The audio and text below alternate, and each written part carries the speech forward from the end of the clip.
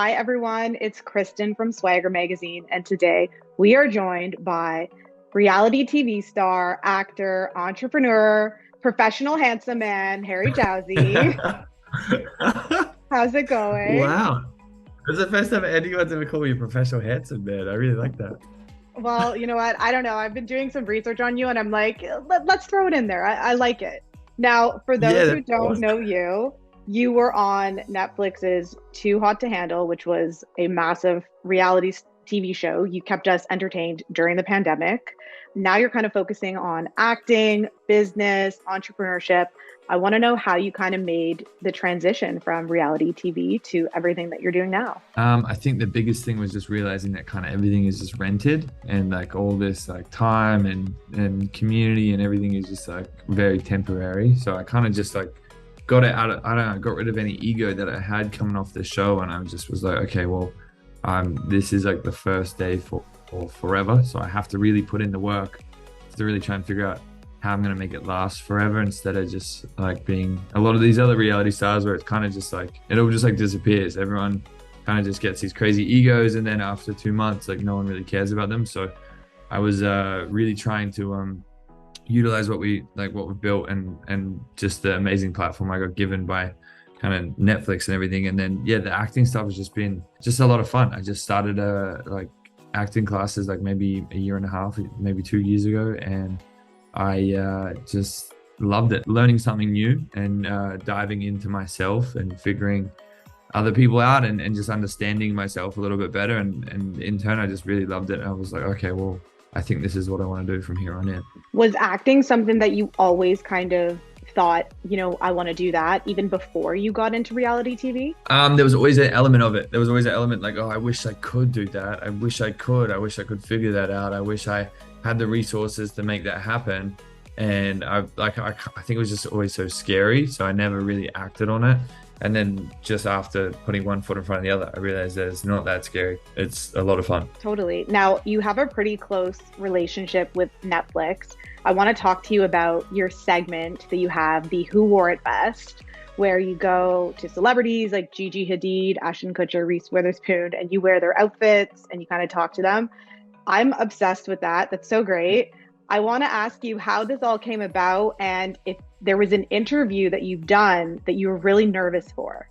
So they kind of, I don't know, like it came around. Addison Rae was in that movie. He's All That. And I'm not sure if it was an idea that they were toying with for a while, but they hit me up and I told them that I'll never say no to them no matter what it is. So don't tell me, I'm just going to do it.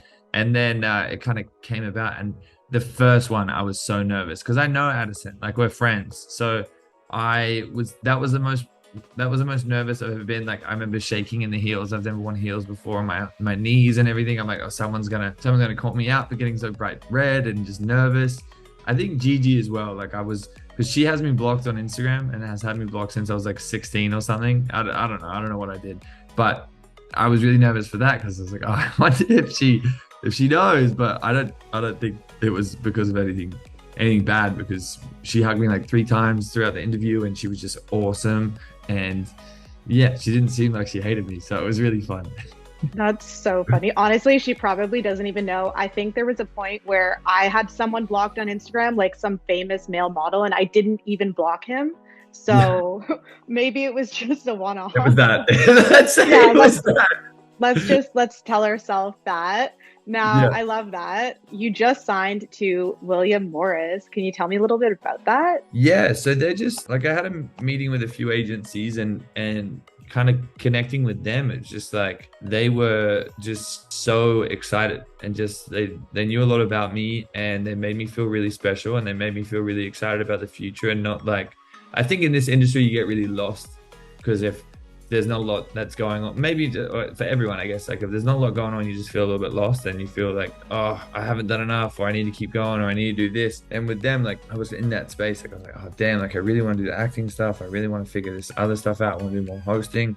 I just feel a little bit lost because I don't know how to get there. And after having the first call with them, I was just like, wow, like these guys know exactly what they're doing. They're all amazing. They're all like as excited as I am about the future. And after that call, I was just like, yeah, I don't really want to be with anyone else. It's just incredible team. Oh my gosh, that's amazing. Congrats. I want to ask you, I feel like one thing that people may not know about you is that you're a big advocate for mental health. I've seen you talking about how important that is. Can you share why that holds such a significance in your life and why you want to publicly talk about it and go forward to prioritize your own personal well-being? Yeah, so I think I read today that depression's at an all-time high. It's like 1 in 6 Americans are depressed, and where I'm from in Australia and New Zealand, we have the highest suicide rate per capita. And for me, like the reason why I got in this industry was because I lost someone very close to me to suicide, and it got me like confused. I was at university, I didn't know what to do. I feel like I have a superpower where I can make people laugh and I can make people happy. And my goal every time I meet someone is I want you to leave that conversation feeling better than you did when you came to me. So I was in like a crossroads at university, and after that tragedy, I was like, okay, well, I can ask my friends if they're okay, once every few months, but life fluctuates, and sometimes I'm going to miss it. Sometimes I'm not going to, like, I've got a busy life. I'm not going to be able to check in every single day.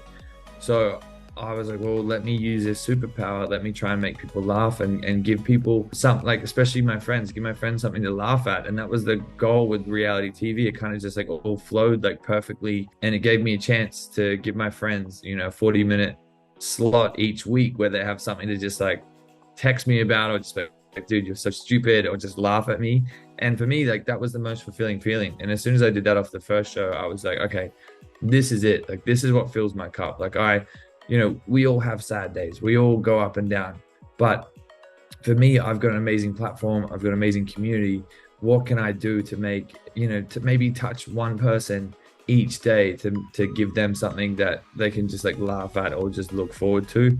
And yeah, it's just been the biggest gift, because I don't know, like it's talking about mental health is such a sad topic. Like, it's always sad. Every conversation, everyone has dealt with tragedy, everyone has dealt with losing someone, and everyone has dealt with someone close to them dealing with depression, and it's always a sad conversation. So I'm like, well, how do I make it funny so that people want to listen and don't get bored and don't get like scared about it? So that's kind of my whole goal, is like, how do I bring a little bit of light to such a scary subject? Totally. And I feel like when especially Too Hot to Handle came out, which was, so I'm in Canada, and it was like really, really the height of the pandemic, like lockdown, like I wasn't even seeing my friends. So that show definitely brought entertainment and laughter to me, and I'm sure it did to other people. So I hope so.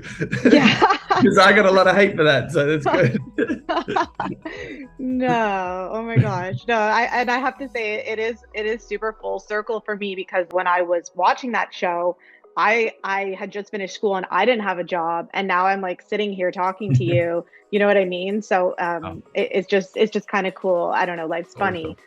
But I really appreciate you speaking about mental health, because I feel like even when I talk to so many different people, it seems like everyone's struggling. So it is an important thing to talk about, and I'm sure that you will change lives by doing that.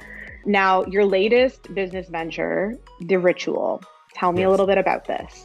Yes, so I wanted to create a brand that was all around having an evening ritual or like a morning ritual. And I found that, I don't know, whenever I like awaken my senses, it makes, so for me, like I have Fiji water bottles everywhere, and that helps me like manifest and think about the future, because it's like an anchor point for me to like think about my goals and stuff. And I was like, oh, I want to see if I can do that with a product or stuff like that. So we wanted to make like a ritual where you light your candle, you write down what you're manifesting, you write down your goals and stuff that you're grateful for, so that anytime you smell that candle, that's what you kind of think about.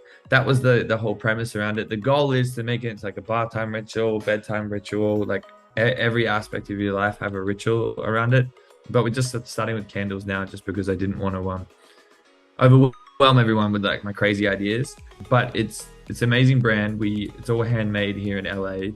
Also, another problem that I find with other candle brands is I get headaches from all the toxic stuff that they put in their candles, and it kind of freaks me out a little bit. And I bought a candle off Amazon one time, and every time I'd light it, I would fall asleep. And someone was like, "Oh no, that can actually like kill you. Like that's actually not good."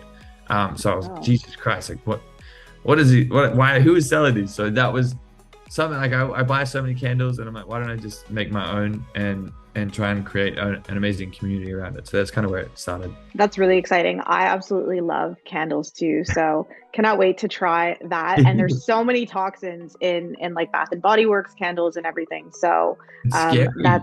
it is scary. I know it's stuff you don't even realize, right? And people are Yeah. lighting them all the time. So that's really cool. Would you say that because I feel like you've kind of gone through a bit of a self-care journey yourself. I heard with like therapy and crystals and even manifestation. Would you say that that kind of inspired you to also create this product? For sure. I think that it's something that I do like every single day, every week we write like a gratitude list for our team in our team meetings. And I was just, yeah, it's just like I want to make stuff that I enjoy and stuff that fills my cup and just like I could have created just another like I don't know, like perfume brand or like do what these other influencers do and stuff like that. But I'm like, I don't really care about that type of stuff. Like, I care about it, the intentional product, like the product that has the intent behind it. That okay, cool, we have an amazing candle that smells awesome, but the intent behind it is we want you to write down your goals. Like we want you to think about the future. We don't want you to sit there and just have another candle laying around where you're like, oh, that was a that was a silly purchase. We want like the goal is to start the momentum when people order it and start the momentum for them to start goal setting and thinking about the future, because that also helps with mental health and it ties in with thinking about the future and getting excited for what's to come instead of going, damn, I'm in a really bad place right now and I don't know how to get out of it. Totally. No, I absolutely love that. Can you tell me a little bit about your angel investing too on that note? Yeah, so for some reason I got a little bit nervous about, this all like everything like disappearing and not being, not having like money and stuff living around forever. And my team is just amazing and they got me, really excited about the future. I love business, I love learning about it, and I love working with people that are passionate. And, as we're making like really good money right now, I was just like, well, how can I offset that into, other little fun, like small investments where it's with just young, hungry people and young, ambitious people that gets me super excited. So I think we had a dating app. We had there's a few software companies that we've invested in. There's like a gym. What else? There's like eight or nine that we did like last year, which is expensive, but it's good to kind of be a part of something that's like just exciting and there's a lot of like fun energy around it. Totally. And you're being, smart too. Yeah, I hope right? so. I hope so. rather than just spending all of the Netflix money, right? It's Yeah. definitely you're thinking long term. I like that. I like that. Can you tell me, something about you that maybe your fans or even, I guess, your haters would not know about you that would surprise them? God, something that people don't know about me. It's tough because I'm an open book. Like I tell everyone everything. I think something that people get a little bit surprised about is like I actually get depressed. Like there was maybe like a month ago where I was genuinely really sad. I was in a terrible situation and I was just maybe around the wrong person that just couldn't like didn't care about anyone but themselves. And I think for me, like no one really knows that. And when I tell people like, yeah, I was having a shit day today, but like I get to wake up and I get to get you guys excited and then I get to do something good. It gets me happy. And whenever I'm sad as well, like I go, okay, well it's because I haven't done something for someone else. So if I get sad, I'll go and like buy a homeless person food or go and maybe send some of my followers, like I do cash giveaways all the time. I'll send them some money or maybe some family members. So whenever I feel sad, I just try and do that type of stuff because I'm like, the more I give, the more I get. And that's just kind of how I operate. So I don't know if that is what you're kind of looking for. Yeah, no, totally. I was even going to say, I was going to ask if there was a misconception about you. And I feel like that kind of even covers that too. Yeah, I think the biggest misconception is people just think like I'm just some stupid like fuckboy, which I get all the time. And like, I don't know, whenever I meet people out, they're like, oh, well, I thought you would be like this because how you look online. I'm like, yeah, but I don't know like how to translate, I don't know, like my personality into like a shirtless photo. Like people want to, like, I don't know, I'm known for just being on tour with the handle, so I may as well just get my shirt off. But when I get to do podcasts and interviews like this, people kind of get to look under the hood a little bit more and just realize that there's actually like a human there. It's not just like some I don't know, alien that got put like in this crazy industry. So yeah, the biggest misconception is just that like people just think like I'm this big playboy and like hook up with everyone and whatever else. When matter of fact, like I can't remember the last time I hooked up with someone, probably my ex, but yeah. Honestly, it's true. I've watched interviews with you too, and I feel like I've even gotten to know you better. And so when I was preparing for this, I was like, I really want your fans and like just people who don't know you to learn more about you and remember to, like Too Hot to Handle was like 3 years ago or whatever, or maybe even 4 years ago now. And people evolve and people change, and you also don't always know the real side of the story too, right? Yeah. So it's really cool getting to know you, because I think people just they only see one side, right? And I wanted to know, how do you deal with the public judgment and the criticism or comments or whatever? How do you deal with that? Because I'm sure that, you get comments all the time and etc. Yeah, for me, it's like I used to kind of feed into it a little bit. I used to be like, oh, damn, that hurts. Like, that sucks. And I need to address this or I need to do that. And I'm kind of at a point where I'm like, who cares? Like, as soon as I like don't give it energy, like it doesn't matter. Like, I never reply to like a nasty comment. I always reply to the good comments. And whenever I see like, I don't know, just mean stuff about me online, I'm just like, oh, that hurts, but whatever. Like, what's it gonna do? I just will block that person or just like move on, because I'm like, life's really amazing and I have amazing community that cares about me, and not a lot of people have that. So just I'm really blessed. Like, it does suck, especially when there's like people just make up lies about you just to try and, I don't know, just have something over you. But it's like, whatever. Like, what, they're too busy watching me when they should be watching what they're doing. And yeah, like it does get to you. It does suck, but it's just one of those things that I'm very grateful that I've gone through so much hate and gone through so much stuff, because now it's just made me be so much tougher and just way more, I don't know, just more confident in myself. Totally. Someone once said to me in an interview that they have to think of it like they'll never meet a hater that is living better than them, because they're just are typing on their phone and it's not serving anyone, and there's just so many other better things that they could do with their time. So that's a good way to look at it. Yeah, right. So I don't know, next time, not that I know you focus on that, but I just will. a little. Yeah. Now I want to talk about self-care, because I heard that you do this ice water plunge every morning. Oh yeah. Yeah. Your team told me. Your team told me. Yeah. So Harry's like, how does she know all of this? What the heck? I'm not stalking you, I promise.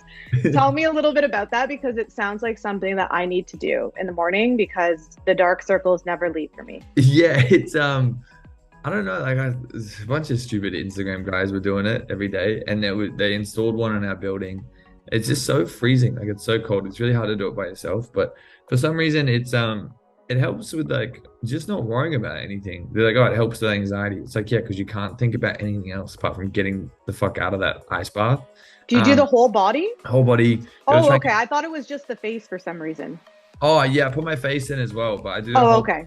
So like, because it's better. It's better for your skin. I used to do ice bowl every day, just my face, like in the morning, because it's just like, I don't know, like I get very red and it helps your puffiness. But because I have this cold plunge down here, I was like, okay, well, I may as well just do my whole body now and try and like figure that out, because apparently it helps like burn a lot of calories and your body's just like freaking out the whole time. But yeah, I put my head under, because the issue is like the ice bowl is like, it's only the front of your face. I'm like, damn, I hope the back of my head isn't getting like wrinkly. I'm not doing it. So I'm like, I gotta try and like do my whole head. So yeah, I do that like every morning for like 3 minutes to try and like calm myself down and try and get my skin and everything beautiful, but it's not really working. No, it's working. It's working. You know what you should try? The Skinny Confidential has an ice roller, a pink ice roller. I use that every day. Oh, you have it? I have it in my freezer, but I'm just like, I have to. You should use it. You should use it. It's good? I'm obsessed. I don't go a day without it. I even travel with it now. So what? Yeah, every morning I use it. It just feels so good, and it definitely helps. God, okay, I need to do that. Yeah, so you can use that one for your face. So okay. I recommend. Now, I want to know, how you continue to stay motivated in such a competitive and unpredictable industry. It sucks. Like I think even today I was like, damn, like I feel like I could be doing this better or whatever else, but it's tough, especially like with Instagram and social media. You're just always comparing yourself to someone, and other people. But I realized that like when I just like focus on myself, that's kind of when everything just like flows and everything is just like meant to be. And just like these other people don't like, they're not worrying about me. Like they're not seeing me as competition. And as soon as I kind of took that lens off and stopped talking poorly on people that were doing well or had like a really successful win or something, awesome. It really helped me. It really like when I just was like, oh, there's so much abundance for everyone. Like this is awesome. Like this is really exciting. It's just helped me have peace in that, but also like understand that my time is coming. And I just tell myself, I'm like, yeah, it's inevitable. Like I'm gonna land this movie. I'm gonna do this. There's gonna be the right opportunity. All this stuff is gonna come. It's all inevitable. It's going to happen. I just need to, not sit there and scroll and get upset when I see someone who's working their ass off and they get what they deserve, and that's just amazing success. So yeah, it's just trying to stay focused on myself and just use that as like motivation. Like, oh, look how like even this morning I was like, damn, like would I really be complaining about this thing last year? Like no, I wouldn't have been. I would have been so happy to have this and that and all that stuff. So yeah, just having an attitude of gratitude, I think that always helps.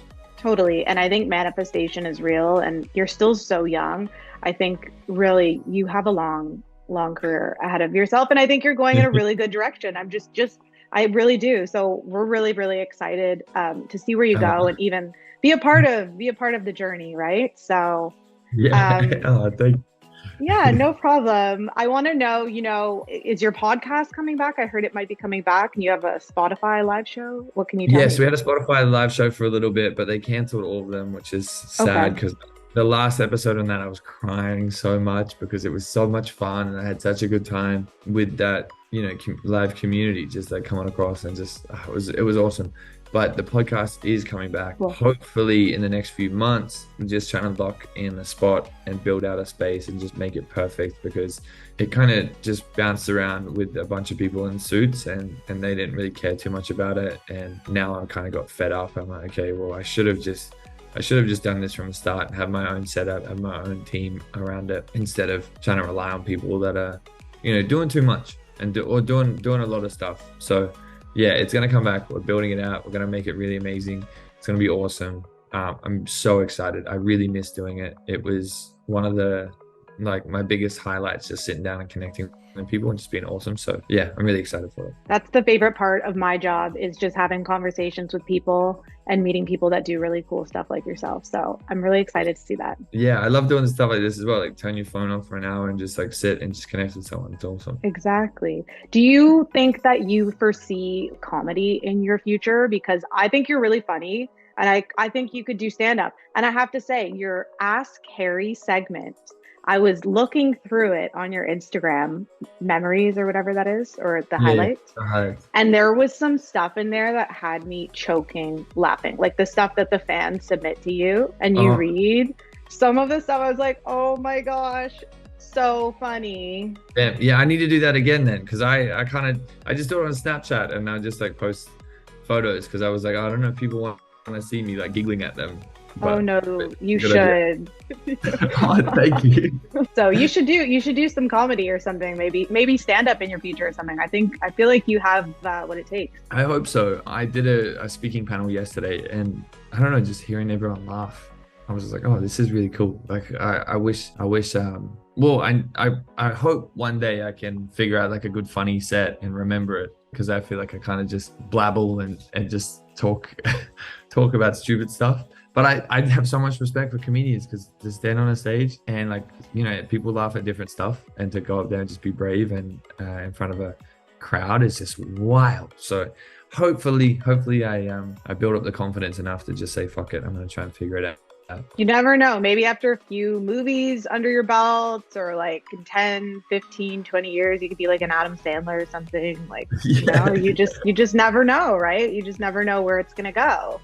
Damn, yeah, that's true. So I want to know something that you haven't done yet that you want to do. Could be career, or it could be just life in general. Something that I want to do that I haven't done. I think the biggest goal is I want to be in a Marvel movie. That's one thing, just because my best friend is like the biggest Marvel nerd, and I would just love, I think it would be the most like fulfilling feeling is just be like, dude, like I did this for you. We're gonna go on the carpet, like we're gonna go around the world and be at the premieres, and you're gonna see and meet all the people and everyone behind the scenes. Because anytime we go to like a Marvel premiere or anything, he's like, yo, that's this guy. That's he knows like everyone behind the scenes.